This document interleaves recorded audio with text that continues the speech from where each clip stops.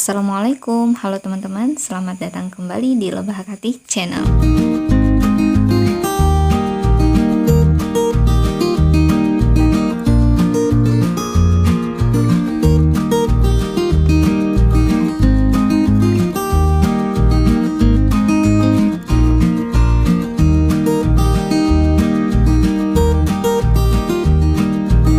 Halo teman-teman, di kesempatan ini kita akan membahas tentang ISBN, di mana ISBN ini selalu dicantumkan pada setiap buku yang diterbitkan di seluruh dunia teman-teman. Baik itu buku pelajaran, buku-buku fiksi, buku-buku non-fiksi, pokoknya buku apa aja yang diterbitkan melalui penerbit yang resmi di dalam suatu negara, maka pasti ada ISBN-nya. Nah, pertanyaannya adalah, apa sih sebenarnya yang dimaksud dengan ISBN ini? Jadi teman-teman, ISBN ini adalah singkatan dari International Standard Book Number.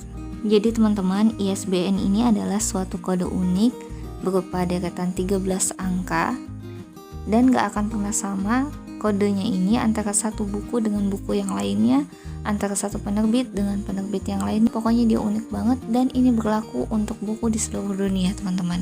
Wah, keren banget ya. Nah, kode ISBN ini teman-teman gak bisa dibuat-buat secara sembarangan atau kita buat-buat sendiri. Kode unik dan penggunaan ISBN di dunia diatur oleh Lembaga Internasional ISBN yang berkedudukan di London teman-teman. Untuk kita yang ada di Indonesia dan ingin mengajukan ISBN, maka kita bisa menghubungi perwakilan ISBN yang sudah ditunjuk secara resmi oleh Lembaga Internasional ISBN, yaitu di Perpustakaan Nasional Republik Indonesia yang berkedudukan di Jakarta ya teman-teman.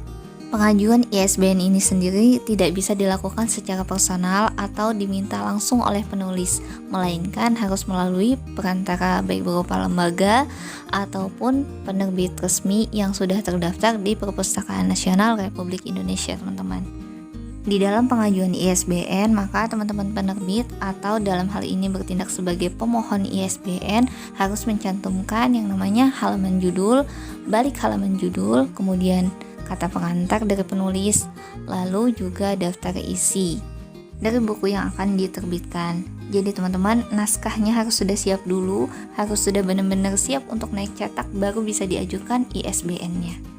Berlandaskan kepada kelengkapan berkas tadi dan informasi-informasi lain yang dibutuhkan di dalam penerbitan buku tadi yang diminta oleh Perpustakaan Nasional RI, maka Perpustakaan Nasional Republik Indonesia akan memproses penerbitan atau pemberian ISBN kepada buku yang akan diterbitkan oleh suatu penerbit.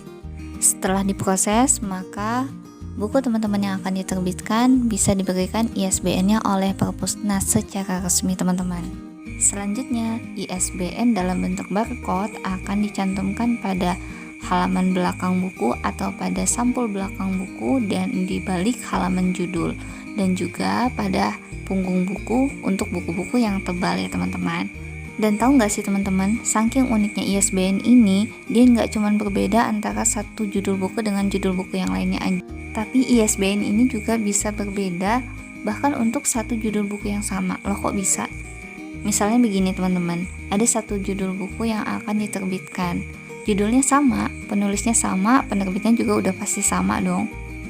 Nah, buku ini akan diterbitkan atau akan dicetak di dalam beberapa ukuran. Ada yang akan dicetak dalam ukuran yang kecil, ada yang akan dicetak dalam ukuran yang sedang, ada yang dicetak dalam ukuran yang besar, ada yang akan dicetak dengan hardcover, softcover, ada yang dalam e-book misalnya, ada juga yang dalam buku fisik. Tapi itu dalam naskah yang sama ya teman-teman, maka semuanya ini ISBN-nya akan beda-beda. Jadi benar-benar sampai sedetail itu. Hal ini juga berlaku untuk buku yang pindah penerbit misalnya. Makanya nggak mungkin dan nggak boleh juga satu judul naskah ditulis oleh seorang penulis yang sama nggak mungkin diterbitkan oleh beberapa penerbit sekaligus. Karena ketika pindah penerbit, ISBN-nya juga akan dipindahkan atau akan diubah kepada penerbit yang baru. Jadi kesimpulannya teman-teman, ISBN ini memiliki fungsi untuk memberikan identitas kepada setiap buku yang diterbitkan, sehingga sangat membantu di dalam proses pendistribusian buku dan mencegah terjadinya kekeliruan pemesanan buku oleh pembaca maupun oleh toko buku atau berbagai pihak yang membutuhkan salah satu buku yang diberikan ISBN-nya tadi. Selain itu, ISBN ini juga berfungsi sebagai sarana promosi baik bagi penulis maupun bagi penerbit, karena penyertaan ISBN di dalam sebuah buku yang diterbitkan akan disebarkan oleh Badan ISBN Nasional, yaitu Perpustakaan Nasional Republik Indonesia, maupun oleh Lembaga Internasional ISBN di London, teman-teman. Jadi penasaran gak sih siapa orang pertama yang menggunakan penomoran ISBN ini, dan jasanya serta idenya bisa kita manfaatkan sampai hari ini, teman-teman. ISBN ini pertama kali digunakan oleh seorang pedagang buku ternyata, bernama W.H. Smith. Jadi dia adalah seorang pedagang buku yang menggunakan penomoran di dalam setiap buku yang dia jual untuk mencegah terjadinya buku tertukar dan memudahkan di dalam penjualan bukunya. Dan jasanya ini serta idenya masih kita gunakan sampai hari ini, bahkan diberlakukan untuk setiap buku di seluruh dunia, di mana pemberian ISBN atau pemberian kode unik atau identitas untuk setiap buku yang diterbitkan ini adalah sebenarnya hal yang sederhana, tetapi sangat bermanfaat bagi kehidupan umat manusia sampai saat ini. Oke teman-teman, cukup sampai di sini dulu pembahasan kita tentang ISBN. Terima kasih sudah menyimak. Jangan lupa subscribe, like, komen, dan share agar saya semakin semangat untuk membuat video untuk teman-teman semua. Semoga bermanfaat. Wassalamualaikum warahmatullahi wabarakatuh.